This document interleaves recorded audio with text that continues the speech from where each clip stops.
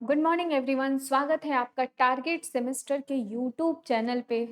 और यहाँ पे हम सॉल्व करेंगे एमसीक्यूज पार्ट बी में डीसी और एसी करंट को लेके। जैसा कि आपको 5 मई को एग्ज़ाम है और आज 2 तारीख हो गया थी, 3 दिन बचे हुए हैं। ठीक है, तो आज आपको एक लाइव सेशन भी मिल जाएगा। ठीक है, यूट्यूब पे आपको लाइव सेशन मिलेगा। PYQ देख लेना आप लोग। ठीक है, PYQ फिजिक्स का। ठीक है, तो ये आपके previous year questions paper solve करवाए जाएंगे। पहले हम यहाँ पे ध्यान देंगे, ये हमारा पार्ट बी किसका है? पार्ट बी डीसी और एसी करेंट। ठीक है, आराम से लेके चलेंगे क्योंकि क्वेश्चंस ज़्यादा हैं। Part B DC and AC current का। ठीक है, अब डीसी एसी करंट के बारे में तो आपको सब कुछ याद आ गया होगा। जब हम पढ़ाने जा रहे हैं तो इसका मतलब आपको सब कुछ याद होना चाहिए। ठीक है, पढ़ाने सॉरी एमसीक्यू सॉल्व करने जा रहे हैं, आपको हर आंसर पहले से पता होना चाहिए। ठीक है, तो उम्मीद है कि आप बने रहेंगे पूरा लास्ट तक और हर एक एमसीक्यूज आपके लिए इम्पॉर्टेंट है। अच्छा, आप आज देखना, अगर मैं पीवाईक्यू कोई भी पीवाईक्यू करवाती हूँ और कोई भी एमसीक्यूज करवाती हूँ तो आप पीवाईक्यू के क्वेश्चंस जाके मिला लेना एमसीक्यूज से। देखना उसमें से अधिकतम क्वेश्चन लगभग 90% क्वेश्चन आपके एमसीक्यूज से मिल जाएंगे। समझ में आ रहा है? तो कोई मतलब ये नहीं है कि सिर्फ पीवाईक्यू देखने हैं, पीवाईक्यू देखने हैं, क्योंकि पीवाईक्यू एमसीक्यूज देखो, क्योंकि क्वेश्चन पूरा वही नहीं दे सकता है। वो क्या कर सकता है? क्वेश्चन चेंज भी कर सकता है। ठीक है, और जब क्वेश्चन चेंज करता है तो वो हमारे एमसीक्यूज से होगा। ठीक है, तो आप उसके लिए आपके लिए इजी भी हो जाएगा, खुद क्वेश्चंस नहीं बनाने पड़ेंगे। ठीक है, यहाँ बना बनाया क्वेश्चंस मिल जा रहा है। चलो साथ ही बढ़ते हैं पहले क्वेश्चंस पे।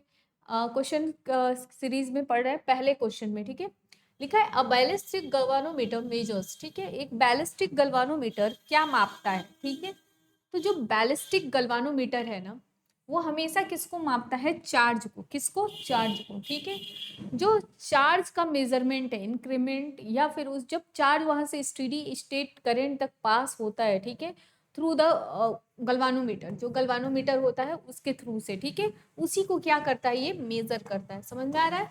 तो ये ऑप्शन नंबर, ये देखो ऑप्शन नंबर फर्स्ट हम लोग का क्या हो जाएगा? करेक्ट ऑप्शन हो जाएगा। समझ में आ रहा है ना? गल्वानोमीटर। चलो हम जल्दी जल्दी करेंगे। Time constant of L R circuit. देखो एल आर सर्किट यानी एल रिप्रेजेंट द इंडक्टेंस। क्या रिप्रेजेंट करता है?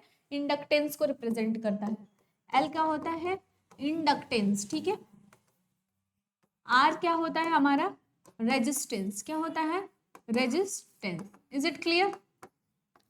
अब एलआर सर्किट में हम जब टाइम कांस्टेंट की बात करते हैं तो आप जब एलआर सर्किट में बात करते हो तो टाइम कांस्टेंट टाउ से यहाँ पे डिनोट होता है। क्या होता है? टाउ से डिनोट होता है, जो कि एल बाई आर के बराबर होता है। किसके बराबर होता है? एल बाई आर के बराबर होता है। ठीक है, तो यहाँ टाउ से डिनोट करते हैं और टाउ जो होता है यही हमारा क्या है? Time constant. क्या है? Time constant. आप एक चीज याद कर लो, एलआर सर्किट में टाइम कांस्टेंट क्या होता है? T is equal to L by R. और सी आर सर्किट में क्या होता है? Tau is equal to C into R. क्या होता है? C into R. ये याद कर लेना। ठीक है, ये दो क्वेश्चन आपके यहाँ से अराइज होते हैं, तो ये फर्स्ट ऑप्शन जो हमारा होगा ये क्या हो जाएगा? करेक्ट ऑप्शन हो जाएगा। ठीक है, यहाँ तक समझ में आ गया?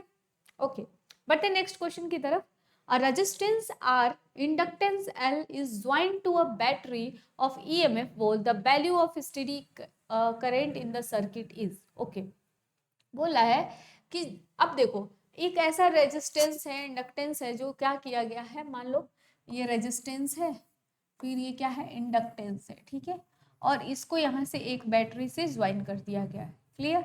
अब यहाँ पे ये बैटरी से जब ज्वाइन है तो मान लो ये बैटरी से ज्वाइन है, माइनस प्लस वगैरह वगैरह। ठीक है, तो यहाँ पे जो वोल्टेज दे दिया है तो वोल्टेज क्या कर दिया? जीरो के बराबर मान लिया, इसलिए EMF is equal to I into R हो जाएगा। क्या हो जाएगा? आई इंटू आर, सॉरी हाँ, ईएमएफ इज इक्वल टू क्या हो जाएगा? I into R. कहाँ से? From Ohm's law. कहाँ से? From Ohm's law. Ohm's law के अनुसार। ठीक है, भी is equal to I R पढ़े होगे ना, वहीं से ईएमएफ क्या होगा? यहाँ वोल्टेज को दर्शा रहा है। ठीक है, अब हमको क्या निकालना है? निकालना है स्टेडी स्टेट करंट। करंट निकालना है ना, तो यहाँ से करंट निकालो। ई इज इक्वल टू क्या हो गया? I into R. Then I is equal to क्या हो जाएगा? E by R. क्या हो जाएगा? E by R. और ई बाई आर कहाँ दिख रहा है? हमारे फर्स्ट ऑप्शन में दिख रहा है। Is it clear? First option clear है ना? देखो जो चीजें थेरेटिकल होगी ना, आप थेरेटिकली उसको पढ़ लेना, उसको लगाते चलेंगे, ठीक है। क्वेश्चन ज्यादा है, टाइम कम लेना है, ठीक है। और जो चीज समझ में नहीं आएंगी वो हम समझाएंगे, ठीक। तो बस साथ में बने रहो। अभी ये देखो क्वेश्चन नंबर फोर्थ क्या है, time constant of C R circuit. अभी अभी मैंने बताया सी आर सर्किट का टाइम कांस्टेंट क्या होता है, सी इंटू आर। क्या होता है, सी इंटू आर। और आप यहाँ पे देखोगे कि यहाँ पे कहीं भी ऑप्शन नहीं दिया है। क्या है, कहीं भी ऑप्शन नहीं दिया है। अगर आप किसी ये देखो इस ऑप्शन में ना कहीं कई जगह ये ऑप्शन सही लगाया है, ठीक है, लेकिन ये गलत होगा। क्या हो जाएगा, ये गलत हो जाएगा, सी इंटू आर होगा। क्या होगा, C into R. Is it clear. तो यहाँ पे कोई ऑप्शन नहीं है, तो बेहतर है कि आप इस क्वेश्चन को स्किप कर देना, ठीक है। या नन ऑफ दिस का ऑप्शन आता है, आप नन ऑफ दिस लगा देना, ठीक है। अब ये देखो time period of electrical oscillation in LC circuit is. यहाँ क्या पूछ रहा है, टाइम पीरियड पूछ रहा है, किस में, एलसी सर्किट में पूछ रहा है, ठीक है। तो जो एलसी सर्किट होता है उसमें जो टाइम पीरियड होता है वो कितना होता है हमारा, 1/2 पाई। कितना होता है, एलसी सर्किट है ना, 1/2 pi under root L into C. क्या हो जाएगा, एल इंटू सी। देखो ये एल आर वाला नहीं लिखेंगे, ठीक है, ये हो जाएगा, ठीक है। ये होता है टाइम पीरियड बराबर, टाइम पीरियड बराबर 1/2 pi under root L into C. Is it clear, just a second.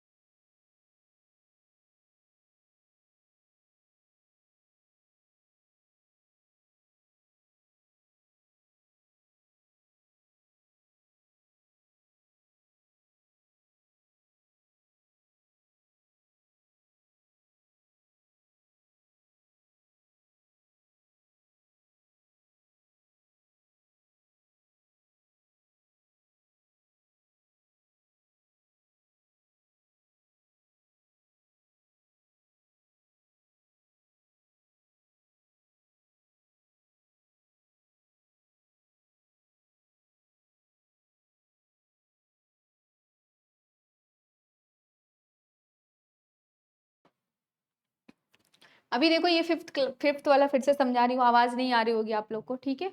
तो फिर से समझो, ये क्या है कि ये क्वेश्चन पूरा डाउटफुल है। क्या है, डाउटफुल है, क्योंकि जो फ्रीक्वेंसी है वो होती है 1/2 pi under root L C. क्या है, एल सी, ठीक है। जब हम फ्रीक्वेंसी करते हैं तो ये 1/t हो जाता है, तो ये ऊपर चला जाता है, ठीक है। लेकिन ये हमारा कहीं भी ऑप्शन नहीं दिया है, तो हम पहले ही आप सभी को ये बता रहे हैं कि ये क्वेश्चन जरा थोड़ा सा डाउटफुल तो बिल्कुल नहीं है, इसका आंसर तो है लेकिन इस ऑप्शन में नहीं है, ठीक है। तो आप एक काम करना कि टाइम पीरियड जो होता है वो इतना ही होता है, ठीक है, इसको करेक्ट ऑप्शन मान लेना, ठीक। ओके, अब बढ़ते हैं the condition of oscillation in LCR circuit, ठीक है। अब बोला है कि एलसीआर सर्किट में क्या होता है कंडीशन। तो जो एलसीआर सर्किट है इसमें कंडीशन ये होगा कि जो हमारा आर होता है वो क्या होता है, ग्रेटर देन। क्या होता है, ग्रेटर देन और लेस देन, दोनों होता है। इंक्रीज भी हो सकता है, डिक्रीज भी हो सकता है, ठीक है। हमको किस में निकालना है, एल सी आर सर्किट में निकालना है, ठीक। तो जो आर की वैल्यू हो वो क्या होती है, इंक्रीज होती है, नहीं तो ये डिक्रीज होती है, ठीक है। क्लियर। तो हमारा जो इसमें ऑप्शन होगा वो हो जाएगा हमारा 2LC। क्या हो जाएगा, are is greater than 2LC, ठीक है। ये वाला कर लेना, option number 3। Is it clear, okay. The natural frequency of LC circuit is, natural frequency कितनी होती है एलसी सर्किट की, वो होती है 1/2 पाई अंडर रूट एलसी। क्या होती है, under root LC. Is it clear, एक सेकेंड रुको जरा। तो 1/2 पाई अंडर रूट एलसी, अगर 1 ऐसे करो तो ये हो जाएगा 2 पाई, ये हो गया अंडर रूट एलसी, ठीक है, अंडर रूट एलसी। और 2 पाई अपन क्या हो जाएगा, अंडर रूट एलसी, ठीक है। और पॉजिटिव और नेगेटिव में आ जाएगा, एक सेकेंड रुको जरा, नीचे रहेगा। ओके, तो फ्रीक्वेंसी जो होगी हमारी क्या हो जाएगी, फ्रीक्वेंसी होगी 1/2 pi under root L C. क्या हो जाएगी, 1/2 pi under root L C. Clear, यहाँ पे सभी को समझ में आ गया। ओके, तो यहाँ पे हम क्या करेंगे, ये देखो ये वाला फर्स्ट ऑप्शन लगाना आप लोग, ठीक है। क्या लगाना, first option, first option is the correct option, ठीक है। उसमें क्या था, एल सी ऊपर था, अंडर रूट एल सी। अब ये वाला देखो, the average power dissipation in pure inductance is, the average power dissipation in pure inductance is, ठीक है, हमको निकालना है इसमें, ठीक है। हमको पता है कि डिसिपेटेशन का जो फॉर्मूला होता है प्योर इंडक्टेंस में वो कितना होता है, P is equals to V L cos phi, क्या होता है, कॉस फाई, ठीक है, क्लियर। अब हम यहाँ जानते हैं कि जो average power dissipation pure inductance में होता है वो क्या होता है, theta is equals to 90 degree. Average कितना होता है, 90 डिग्री। अगर हम यहाँ फाई के बराबर क्या रख दे, v into L into cos 90 degree रख दे, यही एंगल को दर्शा रहा है, ठीक है, ये क्या है, एंगल। तो ये कितना हो जाएगा, p is equals to V into L into zero, हो जाएगा कि नहीं, हो जाएगा ना। तो ये क्या हो जाएगा, हमारा जीरो के बराबर हो जाएगा। Fourth option is the correct option. Clear, clear है ना। अब चलो आगे बढ़ते हैं। इन AC source is 120 volt minus 60 hertz, ठीक है, एक फ्रीक्वेंसी है एक वोल्टेज है। बोला है the value of voltage after 1/720 second, एक टाइम दिया है फ्रॉम स्टार्ट विल बी, ठीक है। तो हमको क्या निकालना है, एक निकालना है वोल्टेज का मान, क्या निकालना है, वोल्टेज का मान, कब, 1/720 सेकेंड्स के बाद, ठीक है। हमको पता है कि V naught is equal to VRMS √2 होता है। एक वोल्टेज इसमें कितना दे दिया है, हमारा 120 वोल्टेज दे दिया है, ठीक है, कितना दे दिया है, 120। यहाँ निकाल सकते हो क्या, V naught is equal to 120 √2। Is it clear, ये भी नॉट हो गया, ठीक है। अब हमको पता है कि जो हर्ट्ज है, फ्रीक्वेंसी है, फ्रीक्वेंसी का फॉर्मूला क्या होता है, ये आप देखो, ये टाइम आप ध्यान में रखेंगे 1/720 सेकेंड, ठीक है। और आपको यहाँ पे एक वोल्टेज मिल गया वी नॉट, ठीक है, और यहाँ से हमको निकालना है, तो एक तो निकल गया हमारा वी नॉट। अब हमको निकालना है फ्रीक्वेंसी के टर्म में, तो फ्रीक्वेंसी का जो टर्म होता है वो कितना होता है हमारा, जो फ्रीक्वेंसी का टर्म होता है omega is equals to 2πf, क्या होता है 2πf। Omega is equals to 2 into pi into F, कितना दे दिया है 50। ये कितना हो गया, 250 जा 100, कितना हो गया 100। ये हो जाएगा ना, 50 दिया है 60 दिया है, देखो ये 60 है, कितना दे दिया 60। ये कितना हो जाएगा 120 पाई, कितना हो जाएगा 120 पाई। अब हमको क्या निकालना है, फाइनल वोल्टेज निकालना है, क्या निकालना है, फाइनल वोल्टेज। तो जो फाइनल वोल्टेज निकालोगे तो ये क्या होता है, V नॉट साइन ओमेगा, क्या होता है साइन ओमेगा टी, क्या होता है sign omega T. Is it clear, V not sign omega T. Omega किसको दर्शा रहा है, ये, ठीक है, ये है ओमेगा और ये हो गया हमारा। इन दोनों की वैल्यू पुट करो जरा, V F is equals to V naught कितना हो, इसको थोड़ा सा हम लोग ऊपर कर लेते हैं, रुको, V final is equals to V naught into sine omega T. Is it clear, V F is equals to V naught की वैल्यू हमने कितनी निकाली थी, देखो तो 120 into √2। Is it clear, into sine omega T, sine omega की value कितनी है 120 पाई इंटू टी की value 1/720। Is it clear, okay. V F is equals to कितना हो गया 120 इंटू √2 इंटू साइन, देखना ये जरा, और 1 0 से 1 0 कट गया, ठीक है, 12 1 जा 12 और 12 6 जा कितना हो जाएगा, ये तो ये हो गया π/6। Is it clear, V F is equals to कितना आ गया 120 इंटू √2 इंटू साइन π/6, क्या लिख सकते हो, साइन 180/6, यही होता है ना, देखो किनारे कर दे रहे हैं ताकि समझ में आ जाएगा। पाई की वैल्यू कितनी होती है 180, 180/6 कितना हो जाएगा 30 डिग्री, कितना हो जाएगा साइन 30 डिग्री, ठीक है। तो V F is equals to कितना आ गया 120 इंटू √2 इंटू 1/2। अब एक √2 से √2 कट सकता है ना, तो ये कितना हो जाएगा 120 इंटू √2 डिवाइडेड बाई √2। तो जो हमारी वैल्यू आएगी वो कितनी आएगी 84.8, कितना आ जाएगा 84.8। इसको सॉल्व कर लेना, ठीक है, ये आएगा 84.8, कहीं दिख रहा है 84.8 वोल्ट। इज इट क्लियर, समझ में आ गया। अब ये देखो in the circuit Son the resonant frequencies, हमको निकालना क्या है, रेजोनेंट फ्रीक्वेंसी निकालना है, ठीक है। ये देखो फिगर क्लियर नहीं होगा शायद, फिगर में बना दे रही हूँ। ये कैपेसिटेंस दिया है 5 माइक्रो फैराडे, कितना दे दिया, 5 माइक्रो फैराडे, और ये 0 हो गया, ये हमारा रेजिस्टेंस हो गया, और ये हमारा इंडक्टेंस हो गया, ठीक है। तो इंडक्टेंस जो दे दिया है और ये रेजिस्टेंस 10 ओम, ठीक है। कैपेसिटेंस दे दिया है, एक इधर टर्मिनल है, और ये हमारा कितना लिख रहा है, 10 माइक्रो हर्ट्ज, ठीक है। Is it clear? अब हमको क्या करना है, इसको सॉल्व करना है, ठीक है। पूछ रहा है कि हमको क्या निकालना है, रेजोनेंट फ्रीक्वेंसी निकालनी है, ठीक है। अब रेजोनेंट फ्रीक्वेंसी निकालना है, फ्रीक्वेंसी का हमको फॉर्मूला पता होना चाहिए। तो फ्रीक्वेंसी का फॉर्मूला कितना होता है, पहले तो जान लो कि एल बराबर कितना दिया और सी बराबर कितना दिया है, एल और सी, ठीक है। सी कितना दे दिया है 5, और एल कितना दे दिया है 10, कितना दे दिया 10। तो जब हम इंडक्टेंस को चेंज करेंगे तो ये कितना हो जाएगा, 10 इंटू -3, और ये हो जाएगा 10 टू द पावर -6। किस में चेंज कर दिया हमने, फैराडे में, किस में, फैराडे और हर्ट्ज में, किस में, फैराडे और हर्ट्ज। ये हो गया हमारा माइक्रो हर्ट्ज, ठीक है। ये हो गया हर्ट्ज और ये हो गया फैराडे, ठीक है। अब हमको क्या निकालना है, फ्रिक्वेंसी निकालनी है।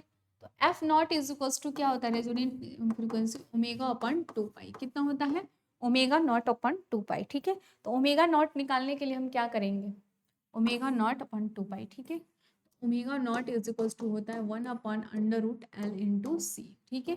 Omega not is equals to 1 upon under root L कितना है 10 इंटू 10 - 3 इंटू ये कितना हो जाएगा हमारा 5 है ना, 5 इंटू 10 टू द पावर -6।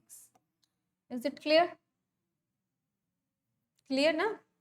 अब omega not is equals to कितना हो जाएगा, ध्यान से देखना, ये हो जाएगा 1 अपॉन 10 इंटू 50, और 50 इंटू कितना हो जाएगा ये 10 टू द पावर -9।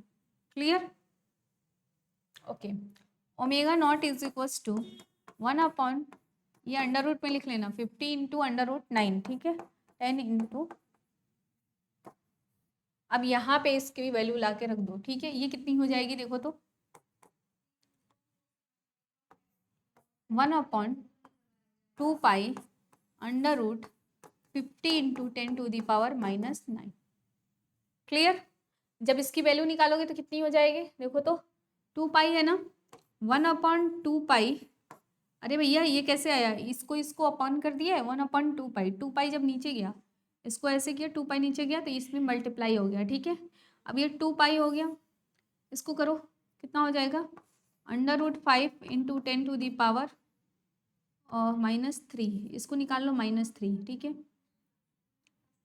50 -3, इसको ऊपर करो, 10 to the power 3 upon 2 pi into under root 50, ठीक है। अरे भैया इसको सॉल्व कर लेना, ये आ जाएगा 1 किलो KCS, कितना आ जाएगा 1 KCS, इसको सॉल्व कर लेना, ठीक है। कितना आ जाएगा 1 KCS, ठीक है। ये इसको हो जाएगा, एक सेकेंड रुको, मैं ही सॉल्व कर देती हूँ, जस्ट अ सेकेंड, थोड़ा लंबा कैलकुलेशन हो जाएगा।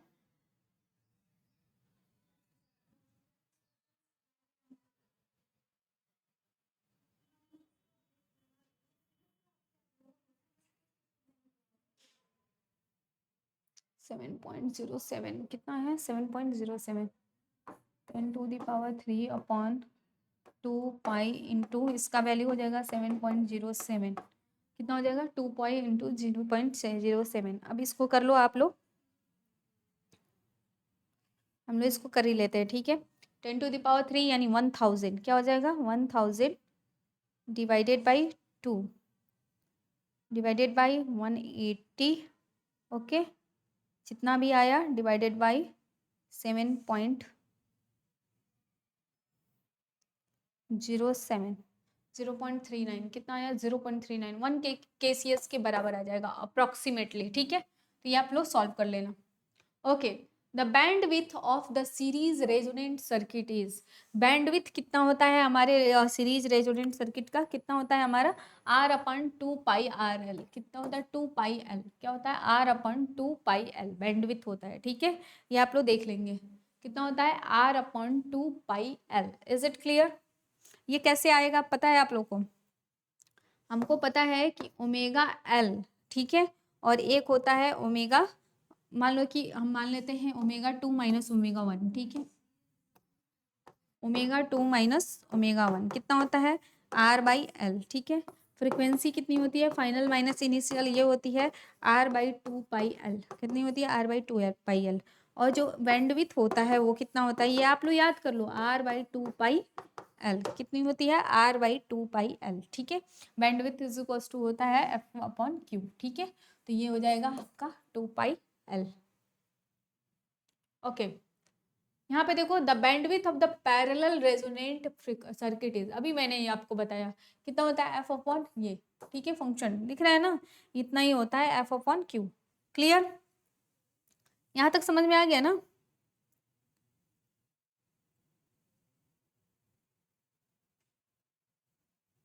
एक और चीज पता है, हम लोग एक और तरीके से निकाल सकते हैं एक्सेल और ओमेगा एल करके, ठीक है।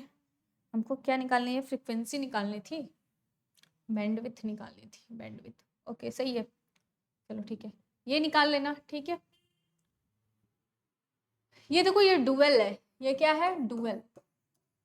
Question number 13, dual of Thevenin's theorem is, ठीक है, dual of Thevenin's theorem is, ये क्या दिखाता है, मतलब जो डुअल ऑफ थेवेनिन्स थ्योरम है वो किसको रिप्रेजेंट कर रहा है, ठीक है, यही हमको बताना है। तो जो है ना ये पूरा नॉर्टन थ्योरम को डिस्क्राइब करता है, क्या करता है, नॉर्टन थ्योरम को डिस्क्राइब करता है। Is it clear? The natural frequency of LC circuit is, जो नेचुरल फ्रीक्वेंसी होती है एलसी सर्किट की वो कितनी होती है, ठीक है।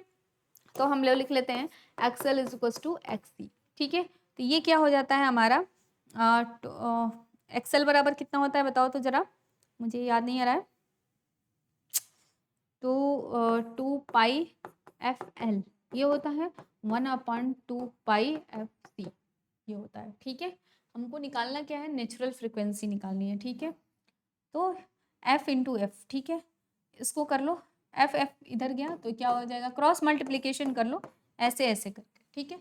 जब क्रॉस मल्टीप्लीकेशन करोगे तो 1 × 1 क्या हो जाएगा 1, ठीक है।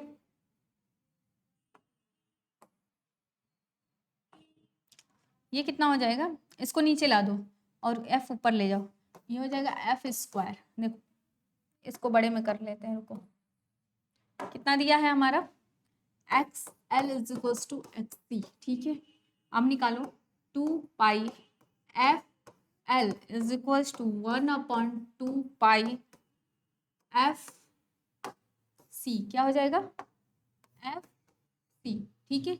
इसको जरा करो तो कितना हो जाएगा, इधर लाओ 4π² F² L/C is equal to 1, F² बराबर क्या हो जाएगा, इधर लाओ 1/4π² L/C, सॉरी। अब F बराबर निकालो, ये क्या हो जाएगा, अंडर रूट हो जाएगा ना, अंडर रूट कितना हो जाएगा 4 निकल जाएगा, 2 निकल जाएगा, π√LC क्या हो जाएगा LC, फ्रीक्वेंसी कितना आ गया 2π√LC। Is it clear?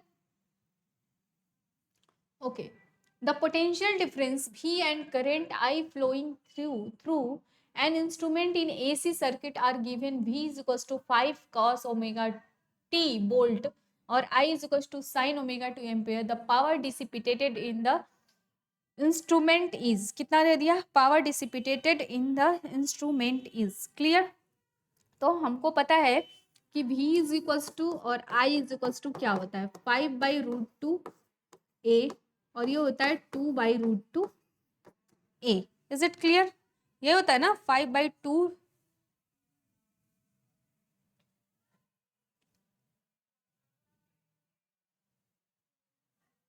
ये V होता है cos ओमेगा t दिया है, ठीक है। इसको कर लो। v is equals to 5 cos omega T, ठीक है। और i इज इक्वल्स टू दे दिया मान लो 2 साइन ओमेगा टू टी को क्या लिख सकते हैं यहाँ पे, cos पाई माइनस, या ऐसे लिख सकते हो ना, omega T minus pi 90 degree minus theta, यही होता है ना, pi by 2 minus omega T. लिख सकते हो, लिख सकते हो ना इसको, साइन ओमेगा टी को, एम्पियर को, ठीक है। इज इट क्लियर, लिख सकते हो। तो अगर यहाँ से देखा जाए आई की जगह वैल्यू रखा जाए तो ये क्या हो जाएगा, कट जाएगा, √2 आ जाएगा, ठीक है, वो भी √2 आ जाएगा, ठीक है। और यहाँ पे हो जाएगा 0, क्या हो जाएगा, I equals to 0, v into आई होता है, क्या होता है, v अपन आई होता है, यही होता है ना। तो 0 हमको निकालना क्या है इसमें, डिसिपिटेटेड, डिसिपिटेटेड पावर, पावर निकालना है डिसिपिटेटेड, ठीक है। तो पावर इज इक्वल्स टू क्या होता है, p इज इक्वल्स टू, एक सेकेंड रुको, v अपॉन आई, ठीक है, हो गया। अगर हम यहाँ पे वैल्यू रखें 5 बाई √2, √2 कैसे आ रहा है, 60 degree omega T,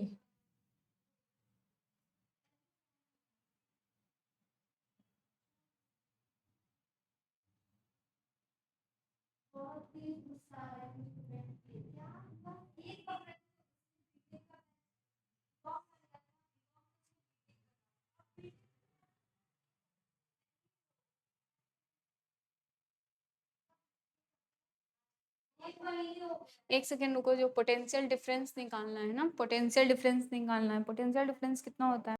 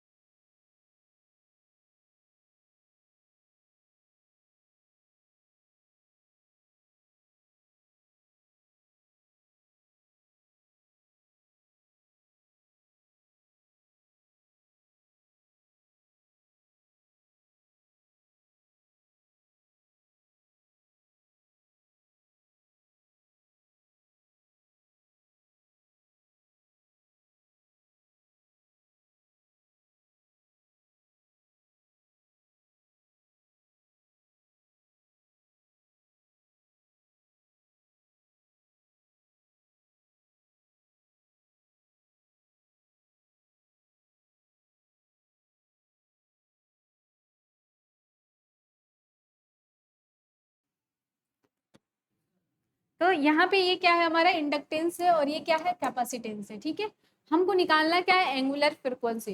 angular frequency यानी ओमेगा एफ। क्या निकालना है हमको, एंगुलर फ्रिक्वेंसी निकालना है। ठीक है, जब हमको एंगुलर फ्रिक्वेंसी निकालना है तो हमको पता है ओमेगा इज इक्वल टू होता है 1/√L/c।